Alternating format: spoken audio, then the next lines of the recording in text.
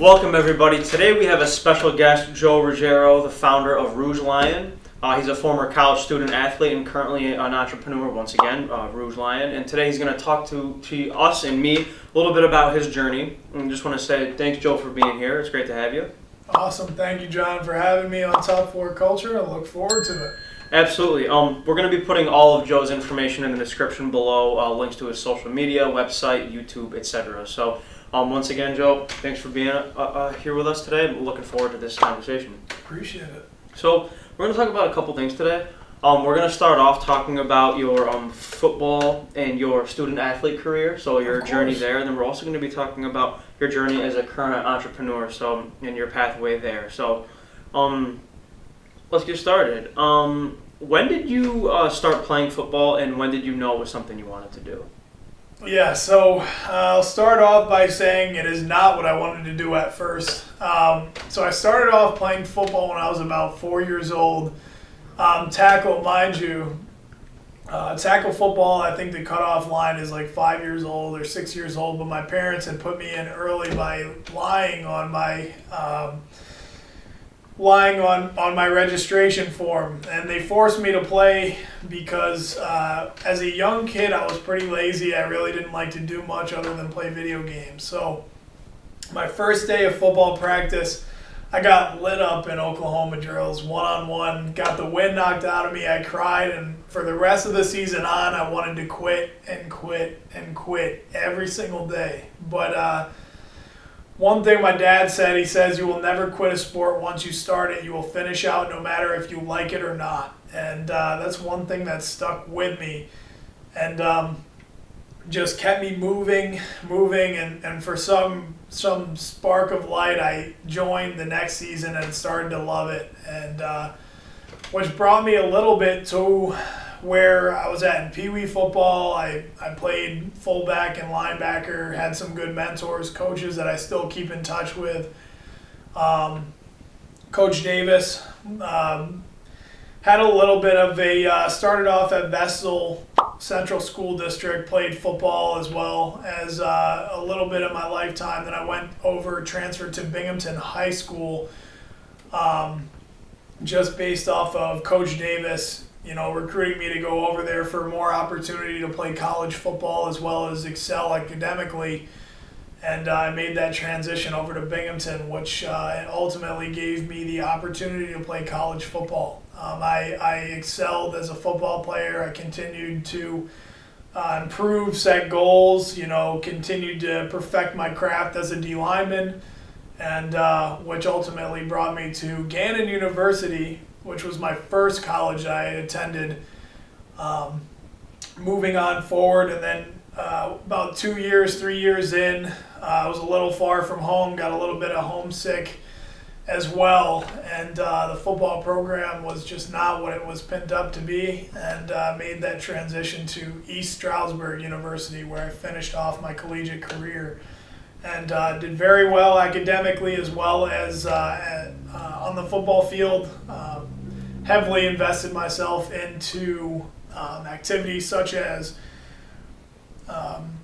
National Society of Honor and Leadership, Tau Sigma National Honor Society, Entrepreneurship Club, and football on top of 2 majors. And my goodness, I was heavily involved, and it pretty much opened the light of my eye to what network really means and being able to have a good task and structure. So That's awesome. I think it's really interesting how you say that it was something you didn't like, one of your biggest passions in life, football. It's funny how you didn't want to do it at first, but then you realize, I'm just going to go even just one more day, and then or just a little bit more, and then you find out that you like it. So I think that just shows that you need to be hardened a little bit, and you need to go through some difficult times to really find your passion. And that's definitely something that's important. And obviously, college football, being a student athlete, is definitely not something for the faint of heart. It's for somebody that it's not an easy thing to do. So obviously, that's really impressive. Now, as far as you, once again, I understand that you were super versatile on the field. I mean, I remember back in high school, even. I mean, you could play so many positions. You could play O-line, D-line, receiver, linebacker, running back. You could play so many positions on the field. pretty much anything if you really needed to, anywhere you were needed. Of all those positions, offense, defense, what was your favorite position and why? Now, I wouldn't say I could play all positions on the field. Now, safety. Not at a high level. Not at a high level. Cornerbacks and safeties, they have it hard. Even just quarterbacks too, But so yeah, in my Pee Wee years of football, I played linebacker and fullback, and kind of transitioned more into the D line role, D end and D tackle in high school. The glorifying moment of scoring a touchdown or setting a lead block for somebody. So fullback was definitely my second favorite position. But Coach Davis would kill me if I said that D-line wasn't my first, which it is. There's so much more to it than just driving somebody upfield and going back and forth. And the trenches are a real thing when it comes to football. O lineman versus D lineman, it does get pretty violent in there. So there's more to D line than people actually know, with hand fighting and things like that, which makes the sport almost like an art and makes the position like an art. So if I had to choose, it would be D end and D tackle. That's awesome, man. I knew you were going to pick defense. I know you were something on the defensive side of the ball. I had a feeling. So have to. Now, obviously, through your journey through sports, there can be all kinds of distractions. So girls, family, the nightlife. How did you handle those distractions on the way? And were there any at all for you, or did you just kind of put the blinders on at times? So one thing that helped myself very much so was, having good mentors and good coaches that kind of steer your head clear of everything. It's just how you apply it and how you take their information, how you take their feedback. One thing that I did very well was structure my time, have very good organizational skills, and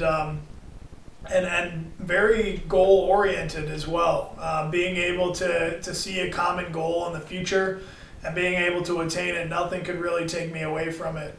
Being that whether I needed to ace a test or whether I needed to do well on the weekend for a game on Saturday or a Friday night game, or my apologies, a Thursday night game, but there's always has to be a goal in the near view. Yes, there's going to be distractions all over the place, whether it's girls, whether it's going out and partying too much, or just doing the wrong thing, bad influences, surrounding yourself with the wrong people.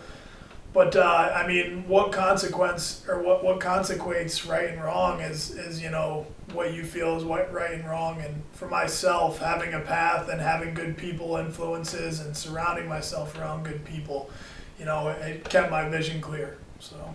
And I think those distractions, those things that could come in, girls or nightlife or being lazy, right. Those things are all instant gratification. They'll make you feel good now, but later on, it may not be so good for the long run. So I think delaying that gratification is the path to success in the long run. I completely agree. So now, anybody that knows sports or football or sports in general understands that to be a successful football player, to be a high-level American football player, you need to be strong, fast, tough, athletic. How did you eat and train in college, and was it different from high school, and if so, how? Yeah, so completely different from high school, Even myself in high school, we had a good football program. Went to state several years in a row. We went to state semis as well. And we had a good facility for when it comes to lifting. Our lifting was structured by an ex-NFL player as well as an ex-Division I football player, Coach Ruggiero and Coach Davis. And they really had a clear vision in what they wanted and how they set it up. I started college as a 185-pound kid who was about 5'10", and I ended up graduating senior year being about 6 foot and 230 pounds. So just in that time, being able to lift and stay dedicated to constantly gaining weight, constantly getting stronger and faster was a key for my success going into college. And not to mention in college gaining almost 70 pounds almost. My senior year of college, I ended up ending at 295 pounds and still being able to run a 40 under 5 seconds. And my daily habits would be waking up at 5 a.m., going to lifting, eating breakfast, going to class, going to practice, going to more class, going to another lift, eating any chance that I got till I was almost sick to my stomach eating. And just being able to constantly balance the speed on top of the weight and the strength. It's very hard to. If you don't have a clear vision in doing it, you'll never get the results you actually want. So. Yeah, it is surely interesting that you said obviously you gained a significant amount of weight, that you were also able to stay fast and be able to move because you need to on the defensive line, rushing the passer, you know, making moves around that offensive lineman. So that's definitely really cool. Lateral movement is huge for a D lineman. Lateral movement, and you being able to use your hips, even being a bigger guy, 290 pounds. So hips mean a lot when it comes to D linemen playing edges. All right, so Joe, what are the biggest things you learned in high school that helped you most when you got to college, both in the classroom or on the field? Yeah, so, I mean, like I said before, you know, we had very good mentors as coaches. Me and John playing football together, you know, one coach was from Alabama, played defensive tackle there, and then my main mentor, Coach Davis, he went to West Point as well as playing in the NFL, so he kind of structured his coaching style, his lifting style, his moral value views off of kind of militaristic. And with that being said, going into college, being able to stay organized, being able to be timely, being able to be prompt and hardworking, and there's several things that go into it, but being able to be organized, keep a focus, and being able to stay hungry, determined, goal-oriented, clear vision. You know, there's so many things that go into it that people don't realize. But even just with a business and even with football, just being able to stay organized to make your life that much more simple on a day-to-day basis. Like you're not running out of the door, putting your clothes on, putting your coat on, forgetting things, getting to your job in a panic, all heavy breath. You know, organization is huge. Absolutely. Now, I understand that obviously the athlete part is awesome. But let's talk about the student part for a second. What did you study in college? So in college, I was a double major in entrepreneurship and marketing, but it did not start like that. At first I was an accounting major, and what really opened light to my eye was I went to an internship here at Erie Insurance at my first school, Gannon University, and I did an internship with an accountant and literally just sat in a cubicle all day long. And I'm like, is this all you do? And he answered me, he's like, yeah, this is just the day-to-day, you know, just coming in here, crunching some numbers, calling some sponsorship, you know, doing this. And I was like, wow, this is so not what I want to do. With my personality, you know, I'm more on the personable side. I'm very outgoing, love to talk to people, and I just knew from that moment on that it wasn't it for me. So the more internships that you can do in college is huge. Being able to get an experience in different fields and being able to see what people do on a daily basis is huge. And honestly, my entrepreneurial mindset, I don't think that school should be a necessity for people. You know, in my opinion, I think it's a waste of time and money unless you're an athlete. A lot of these schools, they're businesses at first. So, you know, there's always going to be something that drives them with business. So I don't think school should be a necessity, whereas it should be more internship based. Interesting. I was laughing a little bit earlier when you said that, you know, the guy in the cubicle crunching the numbers and saying how, wow, I saw this, I thought it was something, I realized this is just not something I want to do for the rest of my life. And I'm just brought back to, like, thinking college or even anywhere else in your life. Like, how many times have you heard that somebody switched paths along the way when they realized this just isn't something I want to do, I don't have a passion for this. So it's like you just have so much money if you had $1 for every time that was heard. So it's just interesting that, you know, I feel like at some point everyone almost goes through it, you know what I mean? There's a lot of people that go through it, and mind you, you can go through it until you're, 25 years old, whatever, still not knowing what you want to do, but at the end of the day, as long as you're in the broad spectrum of what you want to study, what you want to do, and you just don't have it. Like, I knew I wanted to be in business because ever since I was a kid, I loved singing jingles. Like I said, my dad always used to say you could plant one seed in my brain, and I would sing it for all day long. And there's a Matthew Chevrolet commercial as a kid, and it was like Truck City, USA, and I swear I would sing that thing all the time. And when it was like, Funny. Welcome to Moe's, like stuff like that, really imprinted in my brain, as well as just being artistic. So, there's always a vision, and there's always a path for you set. You just got to find it. Absolutely. Now, let's talk about time management for a second here. How did you manage being a student athlete, and was it difficult? Oh my goodness, of course. One thing that I found was, you have those people that always complain about, oh, I don't have time to do this. I don't have enough time in the day. There's only 24 hours, and then you look at them and you say, well, I bet I can top that. And so for me in college, I was a double major, played college football in several honor societies, in activities, an internship, a job on top of it. I was a tutor. So when people tell me they have 24 hours in a day, it's a load of nonsense. It's a load of nonsense. So, myself, I do a hell of a lot better with structure. So being that where I can over involve myself with activity is the better I do. Considering on Sundays are usually my lazy days. I'll sit in bed all day long. I'll catch up on some things, whether it was homework in college, whether it was work stuff I had to do, football activity I had to do, maybe scheme study. I would sit in bed and just kind of catch up on Sundays. So come towards the end of the day, I would literally write out a weekly schedule of what I had to accomplish. Not so much a timely schedule, but more of a goal schedule. What I wanted to accomplish that week, short term as well as long term. And during the week, I would cross these goals off as soon as I accomplished them, whether it was acing a test, whether it was learning the scheme that I wanted to, whether it was making a certain amount of money that I wanted to, or whatever it was. But having that instant gratification of crossing a goal off the list that I accomplished was huge for me, and definitely motivational moving forward. So in that week.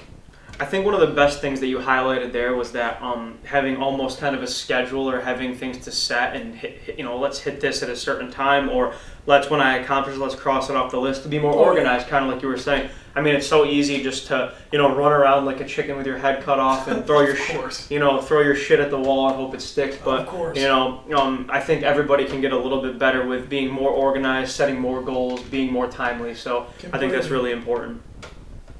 Now, to my understanding, you played at 2 different schools. Was it difficult to make the transition? Yeah, so all my life I've been making transitions. Like I said, I started off in a school called Vestal. Well, to go even beforehand, I grew up in Philadelphia, South Philadelphia to be exact, right dead set in the city.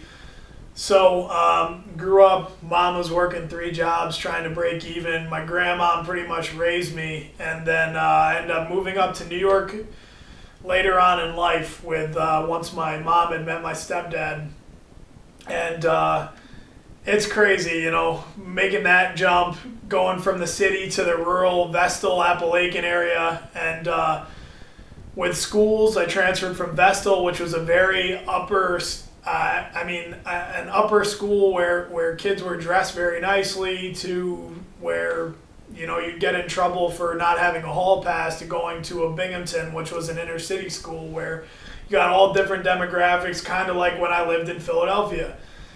So for me, when it came to college, I started off at Gannon University, which I like to really much relate to like a Vestal for myself. Gannon University was a private college, 2,500 students, Catholic, and very tight-knitted, dead set in Erie, Pennsylvania. I loved it up there. Freaking beautiful, Presque Isle, everything. The city is great. And it just wasn't for me, went about 2 years in, figured out that, I wasn't happy with myself. I felt like I wasn't making the decisions and the progress that I should have been.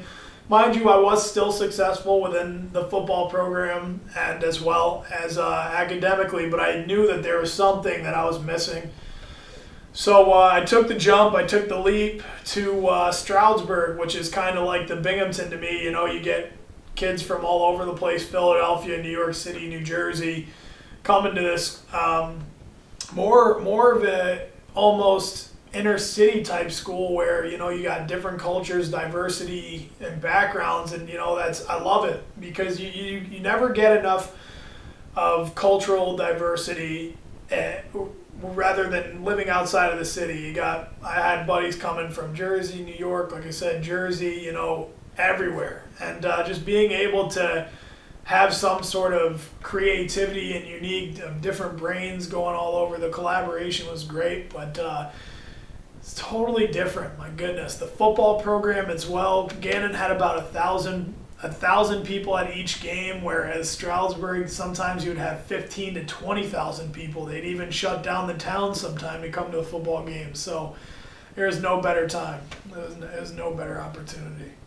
I really like how you paralleled your kind of what you went through in high school with transitioning schools and sports programs to college. So when you got to college, you kind of already had been through it before. So you had a little bit of experience there, which I think is great. Now, obviously, we've talked about some hard knocks and some rough times as of now up to this point. But were there ever times when it got so bad to where you wanted to quit, or did the workload get too much for you to handle? Oh my goodness, yes. I mean, come on. Everybody has those hardships, and everybody has those times where they're in extreme doubt of themselves.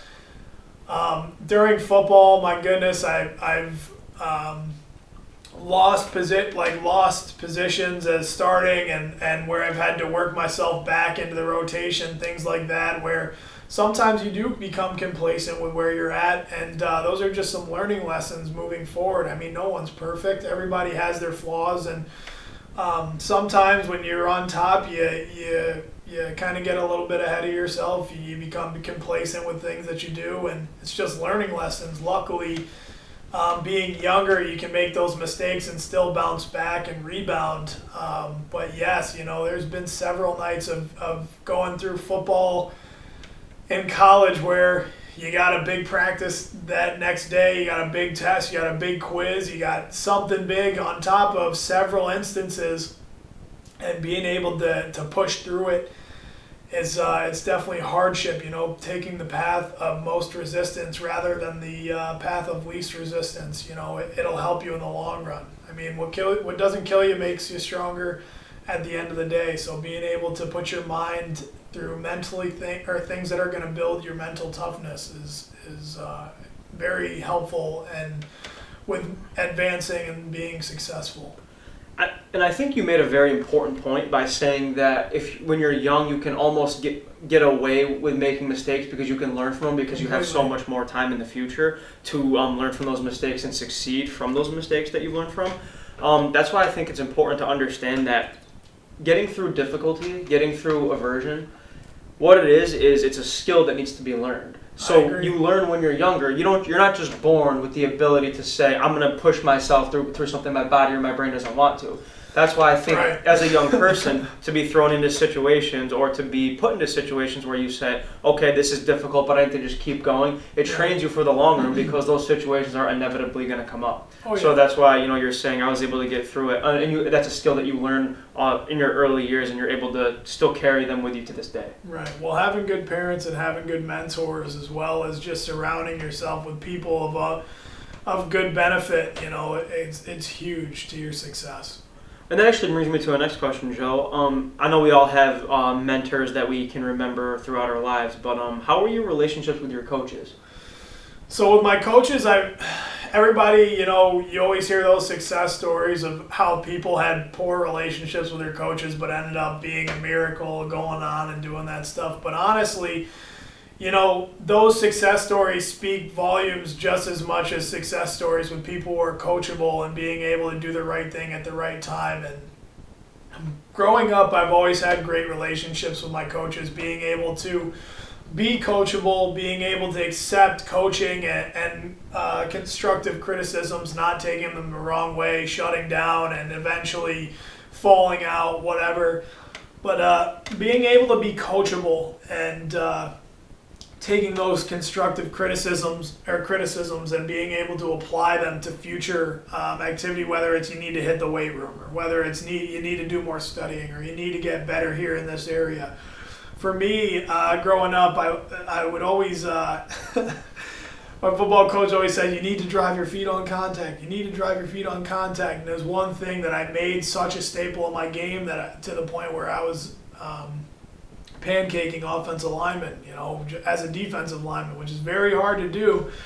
But it's being able to be coachable. Everybody needs to hit the field.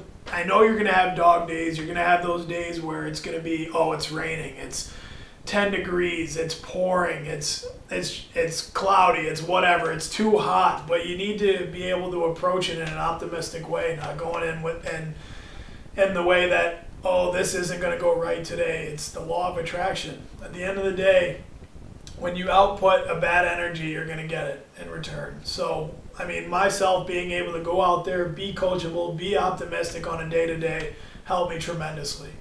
Absolutely, and I think you saying that constructive criticism, I think that's extremely important just for everybody to get better at, because when you take constructive criticism, especially from somebody like a coach in a situation who may know more than you or have been in your shoes already, of course, it's important to look at that and say, this person's just trying to help me. I can only get better from taking this constructive criticism seriously. A lot of people say, I don't have to do that, you know what I mean? I'm just going to do it my way. But you don't succeed that way. You need to get better by taking that constructive criticism seriously, for sure. Next, how big of a role did your family and friends play in your athletic career as far as support goes? Oh my goodness, man! My parents played an absolute prominent role in my advancement within sports, school, and everything. For the things that my parents had to put up with, God bless their soul. My goodness. As a kid, I was always getting into trouble. I was always doing things. It wasn't until high school where I really flipped the script,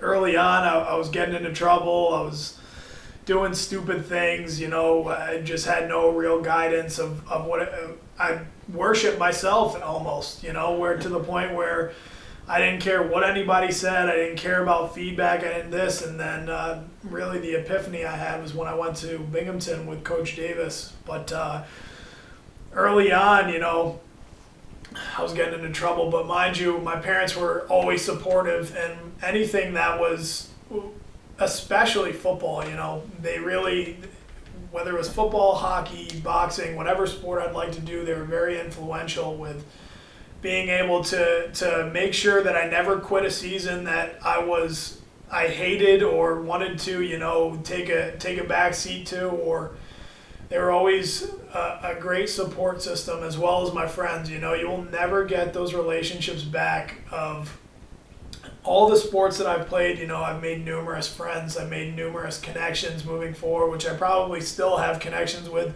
on Facebook. I was just talking with one of my buddies I played hockey with on Instagram it was actually yesterday. I haven't talked to him in a few months, but it's crazy. You have connections made for friends for a lifetime, and on top of it, with going back to the parents thing, if you have supportive parents that are there to touch you throughout everything, even to the point where I've seen my buddies who have a lack of a support system, in college and high school, where we'd always have them over whether they had a family to spend a special event with, whether it was Christmas, Thanksgiving. If they didn't, we'd love to accept them, thank them, come into the house, come have a meal, come hang out with us. We were very accepting of several other people.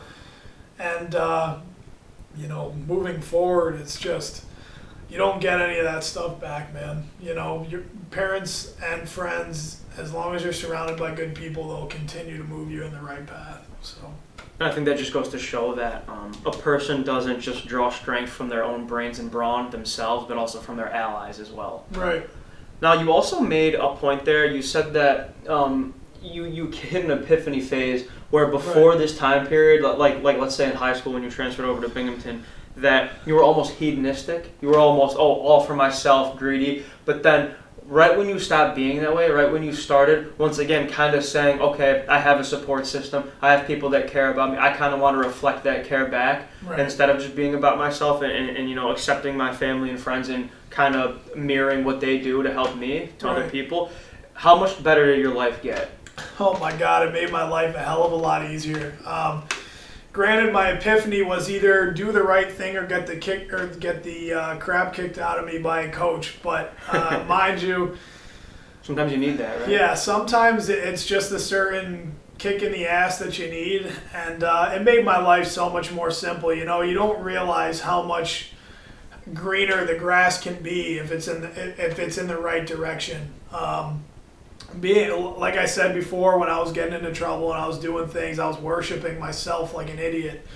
I found that my life was so much harder. I was getting grounded. I was, disorganized. I just never had a clear vision, So once I hit that, like I said, that epiphany to where my vision cleared and I wanted to play college football. I wanted to be a successful human being. I wanted to take my life to the next level, There are several chapters in your life, and it almost flipped the page for me. It's like, damn, this is a new chapter for me. I need to do something different. Like, even after college, flipped to another chapter with me opening my business. So, those epiphanies are huge, and you just got to make sure you're taking the right path instead of the wrong one. That's great. Now, along the way, did you have any injuries or setbacks? Yeah, so growing up playing football, hockey, as well as boxing from middle school to high school, all contact sports, I never had an injury until my senior year of college football, which is crazy, I've had minor things that I've played with, broken fingers, I think I've had broken toes, stuff like that, even broken nose, whatever. But, with football, you just got to push through the pain and play through it, sprains, whatever. I'm 6 games away from the end of my senior season in college, and I got a high ankle sprain that was supposed to take me out for 4 weeks. So I was in the trainer room saying, Joe, you can't play for the rest of the season. This is how your senior season's going to end, and all these things. I'm hearing feedback from one and the other, and it was heartbreaking. Sitting in the trainer room, I literally remember sitting there crying, knowing that was how things were going to go out, and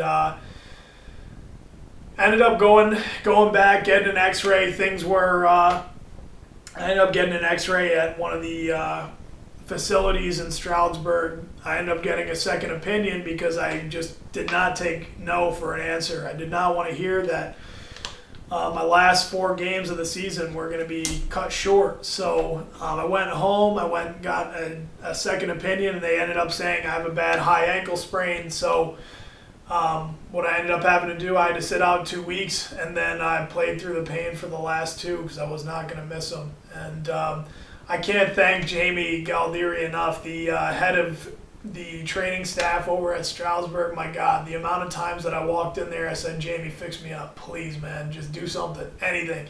Whether it was a shoulder or whether it was whatever, even with my high ankle sprain, Jamie really got me through, and I can't thank him enough, man. That training staff is one hell of a staff over there. My goodness. And I think once again that just goes back to using your allies, drawing strength from them. It's super important. So now along the way, I bet you made a ton of meaningful connections and friendships. Of course. This may sound corny, hokey, but are there any special ones that you'd like to share with us? Like maybe some extra funny stories or events that you'll never forget, or those moments that make life worth living? Because we all have them. Anything you'd like to share with us? Of course. So, growing up, playing football, playing hockey, all those sports, you build those connections over time. You make friends, you meet new people. There's several people in your life that will make an impactful role on whether it's a good thing, a bad thing, but the amount of friendship that I've made playing football, the amount of 100 brothers that you meet on a yearly basis and you continue to grow with, like in football, being able to go to training camp where you're spending 2 dedicated weeks to strict football, waking up at 6 a.m., going to bed at 10 o'clock at night, spending literally the whole day, whether it's practice, lifting, film, eating, whatever with these guys. You build these relationships, you stay in connection with all of them on social media. And my goodness, I would not take anything back for the world. Just the amount of crazy times laughing, staying, of making fun of each other, just getting along, and as well as my roommates in college too. 165 East Brown Street, 6 guys. We used to make family dinners all the time. We used to have get-togethers at the house, watch football together. We have these things. This thing called Warrior Wednesday, where we'd all go hang out together, one another, at one of the football houses. Things that I will not say were the things that were being done, but we just had it's a crazy experience, being able to play college football and high school football. You build these relationships. You'll never have those again. So moving forward, having those long-term relationships, you just don't get those back. So definitely, that actually reminded me of my college years and the amazing connections and friendships that I built up. And if there's any advice that I would also give, is that just cherish it for what it is, because you almost never get to live like that again, where it's like almost like, other than your family, it's like the people that you care about and love the most are just all in one spot all the time. Right. You know what I mean? It's just, there's nothing like it. There is not anything like college. You don't realize it until you always hear growing up, there's nothing like college, there's nothing like high school, but you don't realize it until you're out and you're fending for yourself, and things are different, where your day-to-day life is almost too busy to get a hold of your friends and hang out with them to where it was. But no, there is nothing like college, and there is nothing like hanging out with your friends and rekindling all those old memories. So. Now, do you have any advice for upcoming student athletes who want to play a college sport? Yes, make sure you are out working your competitor. My goodness, there are so many people out there that are working hard, but you have to be that person that's working that much harder, putting in the extra work, putting in that extra time at the weight room, being able to study a little bit more, making sure you're that much more dedicated. One thing that really drove me was considering my main goal was to be a college football player, and there was nothing that was going to take me away from that. So whether it was putting the extra time in the weight room, being able to work on and off the field, in the weight room as well, in the classroom, getting good grades. I know a lot of people are going to laugh at me for this. I took the SAT 4 times to be able to achieve over a 1,000 on the 2 parts, just to be able to get the full scholarship that I needed to get into school. So it's being able to do things over and over, and being able to outwork your competitor, as well as be organized. That'll also help. There's little things that go with it. Organized, being timely, prompt, coachable. Just being able to outwork your competitor. That's the main thing that comes to mind.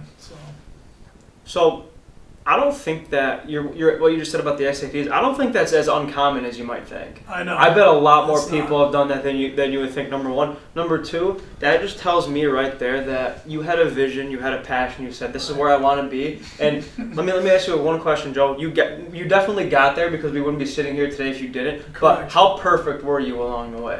Is the answer perfect or not perfect? I was never perfect. My goodness, sitting down to study for that SAT, just sitting through the SAT, 5 hours for each test, taking it 4 times, was nearly impossible for myself. And just being able to study for it on top of it with football and everything, I just barely had a time to breathe. So being able to take it over and over, and once I finally achieved that, I was consistently stagnant at about 950, 980 on the 2 parts. And that last time I ended up breaking it. I think I got an 1100, if not an 1150 on my last take. So it was almost a 200-point, 300-point jump from my one to the other. And took me and totally landed me my goal. I was so happy to hear my scores. And it was actually funny, because the last time it was me and one of my buddies, Morgan. We took the test on the same day. after we had just beat UE at home, and man, there was nothing like it. So.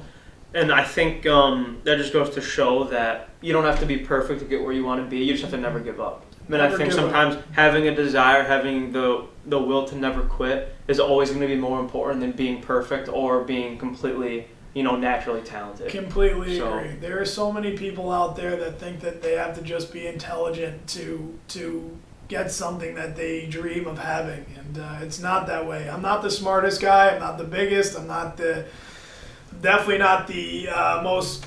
I don't have the most God-given talent, but for Christ's sake, I'm going to outwork anybody in the room. So it's good stuff. It's good to hear. So let's jump over to the entrepreneur side of this. Of course. First off, tell us about Rouge Lion and what does your company do? So Rouge Lion is a new-to-date digital marketing company that we handle everything, all-encompassing digital marketing, whether it's website development, design. We do graphic design, we do video editing as well as development, audio engineering, we do SEO, SEM, we do social media marketing, we do social media analytics, pretty much everything encompassing digital marketing. So Rouge Lion is new to date. We had just started this year, 2020. A little bit of the background is, like I said, in college I studied entrepreneurship as well as marketing.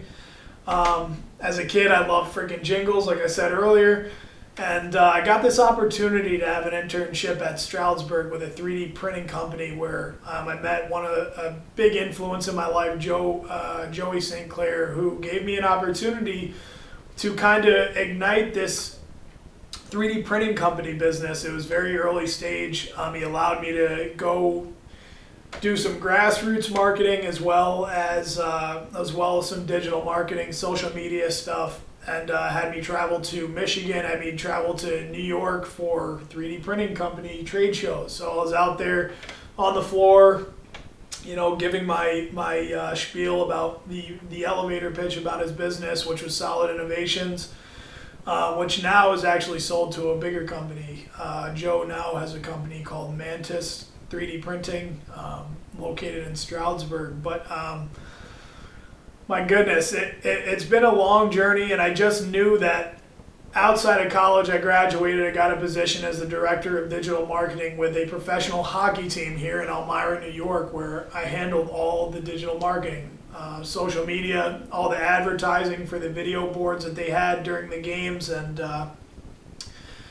the camera work, the building, the advertisements, being able to entertain 4,000 people in a venue just really opened my eyes and made this job of digital marketing so unique. Being able to build sweet hype videos, being able to show graphics that people are in awe about, starting to spark sort of word of mouth. But come time COVID, we all got furloughed and people lost their jobs, and I sat around here in my apartment for about 3 days, and I was like, this is so boring. What am I gonna do? I can't sit around for more than 5 minutes. I have ADHD, so for myself, I have to do something. So Ruggiero is my last name. I love lions. Absolutely love lions. My grandma used to buy me lion toys as a kid, and she always used to say applicable lion quotes to life. And so which brought me to the idea, started doing some research, checking out search engines, and I thought of Rouge Lion. Nobody's ever talked about it. Nobody's ever said it. Nobody even knows what it means. Here I am, implementing a business, got it trademarked, got the logo trademark patented as well, and here's Rouge Lion. So awesome, man. Now, once again, all of Joe's material for Rouge Lion will be in the description below, so absolutely check those out. Now, is there anything, I'm sure you can answer this question in 1,000 different ways, but is there anything that you learned as a student athlete that helped you with your business goals / mindset? No question. Being able to set goals, whether short term or long term, even blue sky goals, ones that are completely out of the water, that are very hard to obtain, has helped me in every single way. being able to set weekly goals, monthly goals with my business, being able to continue to scale with how large it's getting just in these first few months, they very much relate back to being an athlete, being able to also handle a large workload. Like I said, my day-to-day basis, I still do work a 9-to-5 job, which I will be probably eventually getting rid of here within the next year or so, to pursue my dreams of being a sole entrepreneur. My day-to-day, waking up at 5 a.m., going to the gym, coming home at 6 o'clock, doing a little meditation, doing a little bit of journal writing, putting down some ideas that I have, whatever that is, making breakfast, going to work until 5 o'clock, coming home, dinner, working from, my goodness, 6 o'clock at night until about 10 o'clock at night, 11, sometimes even all night if I have to, just to accomplish goals that I've set. And with that being said, sometimes as an entrepreneur, you don't get nights where you sleep, and sometimes you have maybe 4 hours, 3 hours of sleep where you have to get up, but you have to handle your business. At the end of the day, there's somebody out working you. I'm sorry. At the end of the day, there's somebody out working you. So if you have to put in 2 hours of sleep, mind you, your body is your temple, and you should value it. But there are going to be some nights where you have to do a little bit extra more than the other person, which from college I'm very familiar with. So I like how you're indicating that you have a schedule that you adhere to and you always adhere to. I think right. Having that habitual schedule is definitely a factor in success. So now, how do you determine that you had the skills or resources to build a successful company? So basically I'm asking, how did you find your niche? How did you choose your business venture? Why didn't you start a pizza company? Or, why did you decide to go into this path? So, with digital marketing, it can be a little bit costly with equipment, when it comes to video production equipment, computers, graphics, things. But what really made me get into digital marketing and was the drive and motivation behind making people feel good, number one. Number two, helping people pursue their dreams of being entrepreneurs and people running successful businesses. At the end of the day, I don't care if people don't like my, if people don't like my material, if people don't like whatever, that's their opinion. But at the end of the day, I'm here because I want to help people run their own businesses. I want people to be happy, make a profit, and I want to be able to show people that I'm giving 110% with whatever I put out. Everything, every graphic, every video, every website I make, every social media venture that I do, I'm always giving 110%, and being able to see the gratification on a customer's face when they're happy about their product and that their baby, which a lot of people refer their businesses to being their baby, because you have to nurture a business. At the end of the day, you're spending hours and hours and money into this thing that, what is it?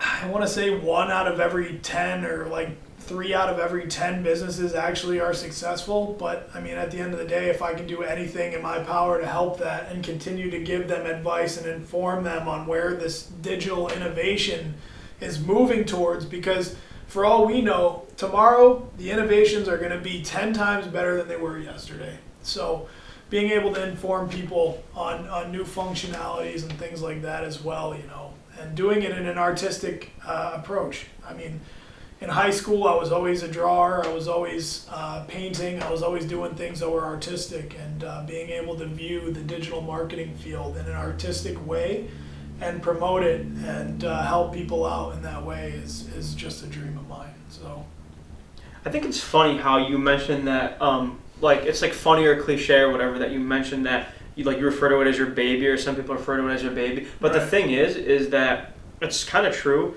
because not only are you saying that you have to take care of it as you would a baby, but also it's yours like it is. It's something you call your own. It's something you created, exactly. Similar to a baby, So I don't think that's really that far off. So I definitely like that. Now, obviously you have personal relationships with friends and family. What are the sacrifices that need to be made? And how do you balance all of your hard work while maintaining those relationships? I know we've been talking a lot about time allocation. It's been a staple here, but Of course. So time allocation is huge, and your family will always be there as well as your friends. But sometimes when you have a greater goal, it kind of your schedule kind of sorts itself. That's one thing I'll say. Having a business and being able to make those connections and networking. It's not so much that your friends or your true friends, they take a back seat, but if they're your true friends, they'll understand that you're driving to do something that you love and that you support and that it's your goal. So, my friends have been extremely supportive thus far, and I can't thank them enough. My family as well. They're there backing me on everything that I do. So, for the quote-unquote friends that are trying to drag you to go party all the time, trying to drag you, oh, dude, you spend too much time on your business, I can't believe you don't even hang out with me anymore, or you do this, those are not your friends. I mean, the law of attraction will completely, it'll steer a path for yourself that is on a path to success. And at the end of the day, like I said, it'll clear itself. So being able to find friends that are supportive through whether it's an entrepreneurial venture or whether it's something that a goal you've been looking at or school or whatever it is, being able to make sure that you're successful and holding you accountable as well, you can't find that everywhere. Those are good friends. So once again, that just shows how important allies are in a support system. Yes, very much so. So once again, I'm sure you can answer this in many ways, and you've kind of touched on it, but were there any major setbacks that made you want to give up the lifestyle?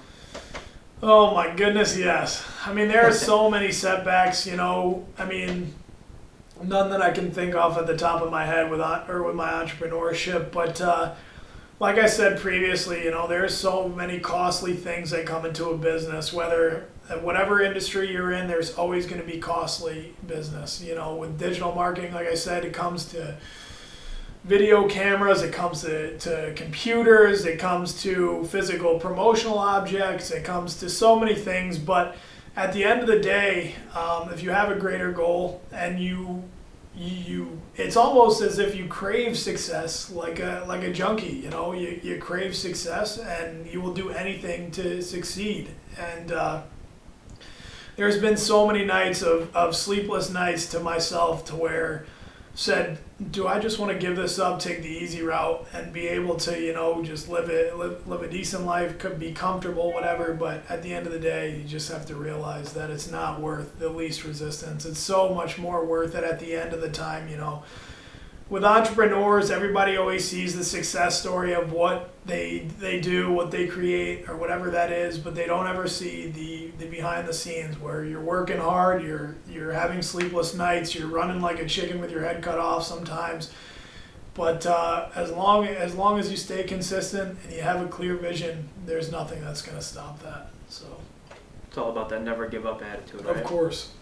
So obviously, we all have passions, we all have things we love to do. It's important to know and identify those, but it's also important to understand why. So why do you love what you do? Why do I love what I do? I love the gratification, man. There is nothing like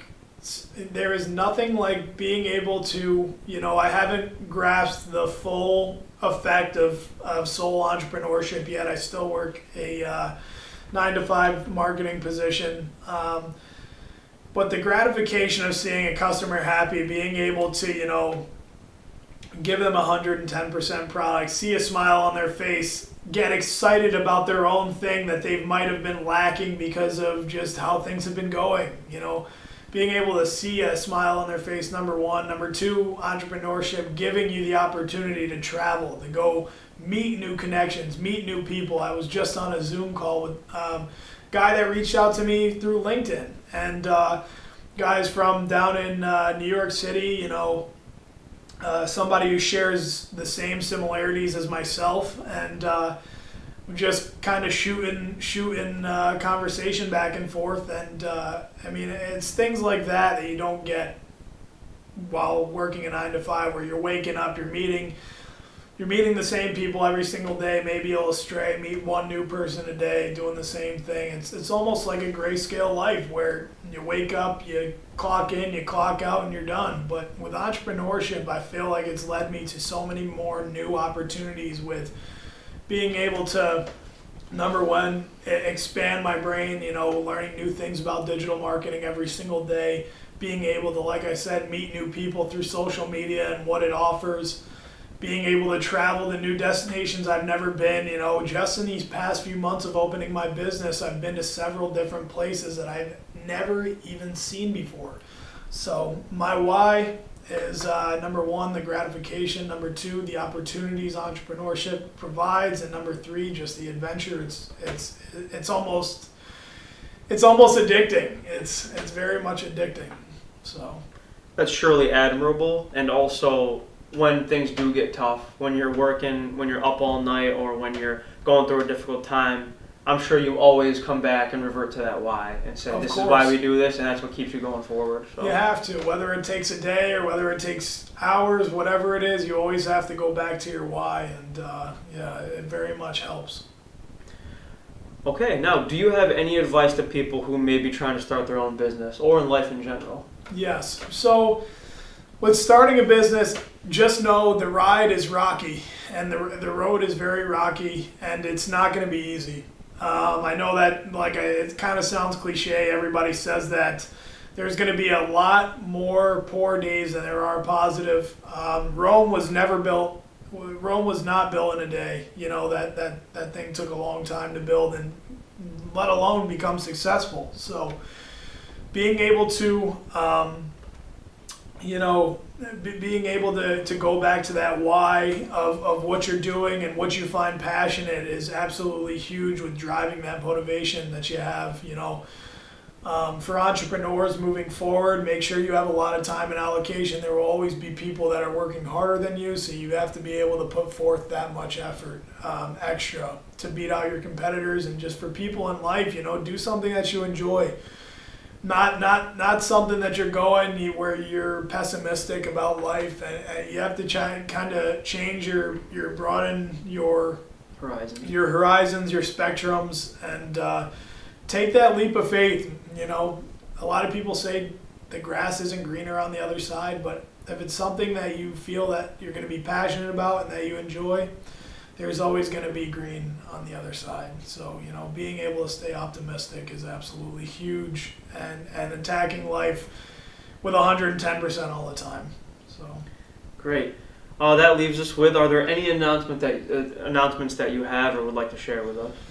Yeah, so Rouge Lion is teaming up with a nonprofit organization to on our little mission of saving the lions. It's in the works here, coming soon. I'm not going to give away too much, but for all you cats and kittens, there is something coming soon, I promise. As well as Rouge Lion, here we have a few ebooks coming, as well as a learning course, and we have something else coming your way that we also don't want to say. So we have some big things coming, and we're looking forward to kind of launching it for you guys. So definitely keep an eye out for that. And also, as far as what we were talking about just recently here, I think as far as starting something, I think humble beginnings is a good trope to go by. You're saying it's a rocky road, but always understand that there's always humble beginnings, because, like you said, Rome wasn't built in a day. So. Rome was not built in a day, and for those people with success stories, you utilize it to your best, approach. So. All right, well, Joe, thank you very much for having this discussion with me today. I know that that was definitely some expert advice, and I will also be taking a lot of things that you've shared with me here today and applying it to my personal life to hopefully improve the way I live as well. So I want to say thanks for that, and thanks for talking to me once again. Thank you very much, John, having me here on Top Floor Culture. I can't thank you enough. It's a great opportunity. And for myself, guys, thank you very much for watching. My name is Joe Ruggiero, the Executive Director of Rouge Lion, where we put pride in your business. Can't thank you guys enough. Thanks.